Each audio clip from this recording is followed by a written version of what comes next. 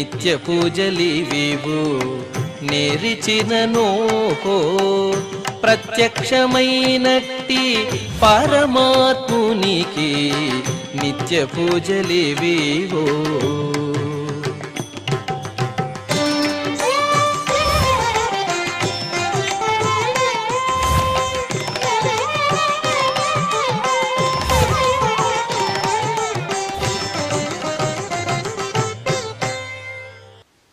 ఓం నమో వెంకటేశాయ. ఈరోజు శనివారము, శ్రీ విశ్వావసునామ సంవత్సరము, దక్షిణాయనము, వర్ష ఋతువు, భాద్రపద మాసము, శుక్లపక్షము, సప్తమి తిథి, విశాఖ నక్షత్రము, ఆగస్టు 30, 2025.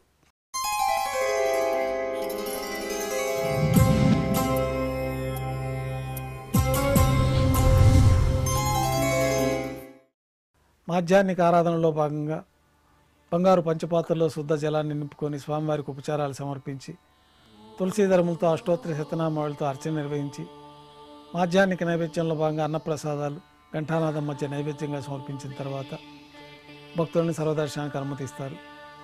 ఉభయ దేవేలతో శ్రీ మలయప్ప స్వామివారు బంగారు తిరిచిపోయిన వేయించేస్తారు. మేళతాళాలతో విమాన ప్రదక్షిణంగా సంపంగి ప్రాకారంలో కల్లా కళ్యాణ మండపానికి చేరుకుంటారు. కళ్యాణోత్సవం ప్రారంభమవుతుంది. పుణ్యాహవచనము, అంకురార్పణ, రక్షాబంధనము, అగ్నిప్రతిష్ఠ, శ్రీవారికి అమ్మవార్లకి కళ్యాణోత్సవం సందర్భంగా నూతన పట్టు వస్త్రాల సమర్పణ, మహాసంకల్ప పఠనం, మాంగళ్యాల ఆరాధన పూర్తయిన తర్వాత శ్రీవారి తరఫున అమ్మవార్లకు మాంగళ్యాల సమర్పణ, కర్పూర నీరాజనం, విశేషమైన హోమాలతో పూర్ణావతి పూర్తయిన తర్వాత మాలా పరివర్తనం అనే కార్యక్రమాన్ని నిర్వర్తించి ఉభయ దేవేలను శ్రీవారి చెంతకు చేర్చి ఈ సందర్భంగా అక్షతారోపణం అనే వైదిక కార్యక్రమాన్ని నిర్వహించిన తర్వాత కర్పూర నీరాజనము, నైవేద్యము, తిరిగి కర్పూర నీరాజనంతో కళ్యాణోత్సవం పూర్తవుతుంది. కళ్యాణోత్సవం భక్తులందరూ దర్శనం చేసుకున్న తర్వాత ఉభయ దేవేలతో శ్రీ మలయప్ప స్వామివారి మేళతాళాలతో ఊరేగింపుగా ధ్వజస్తంభం వద్ద గల అద్దాల మండపానికి చేరుకుంటారు. అద్దాల మండపంలో ఊంజల్ సేవలో భాగంగా వేదపారాయణ నడుమ ఊంజల్ సేవ నిర్వహించి కర్పూర నీరాజనంతో ఊంజల్ సేవ పూర్తి చేసుకుంటారు. ఉభయ దేవేలతో శ్రీ మలయప్ప స్వామివారు ఆలయం వెలుపల కల వైభవోత్సవ మండపానికి చేరుకుంటారు.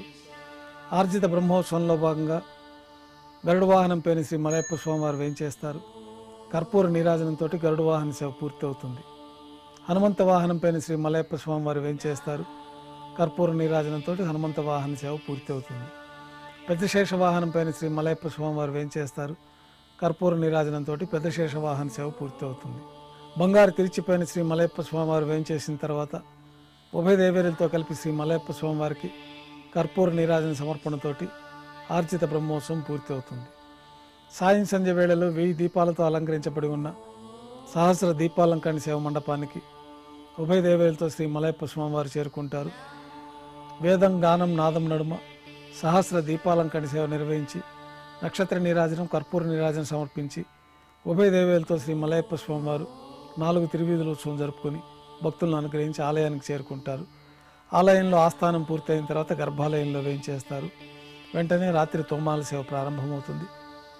ఉదయం సమర్పించిన పుష్పమాలికలు చల్లింపు చేసుకుని గర్భాలయాన్ని శుద్ధి చేసుకొని బంగారు పంచపాత్రలో శుద్ధ జలాన్ని నింపుకొని శ్రీ వైకానస భగవత్ శాస్త్రోక్తమైన విధానంలో దేవతామూర్తులందరికీ ఉపచారాలు సమర్పించి కొత్త పుష్పమాలికలతో మూలమూర్తికి, ఉత్సవమూర్తులకు అలంకరణ జరిపి చతుర్వేద మంత్రాలతో మంత్రపుష్పాన్ని సమర్పించి నక్షత్ర నీరాజనం, కర్పూర నీరాజనంతో రాత్రి తోమాల సేవ పూర్తి అవుతుంది. తులసీ దళములతో అష్టోత్తర శతనామార్చన నిర్వహించిన తర్వాత రాత్రి నైవేద్యంలో భాగంగా అన్నప్రసాదాలు, పన్యారాలు, దోశ, ఘంటానాదం మధ్య నైవేద్యంగా సమర్పించి తిరువీస నైవేద్యం పూర్తయిన తర్వాత భక్తులని సర్వదర్శనానికి అనుమతిస్తారు.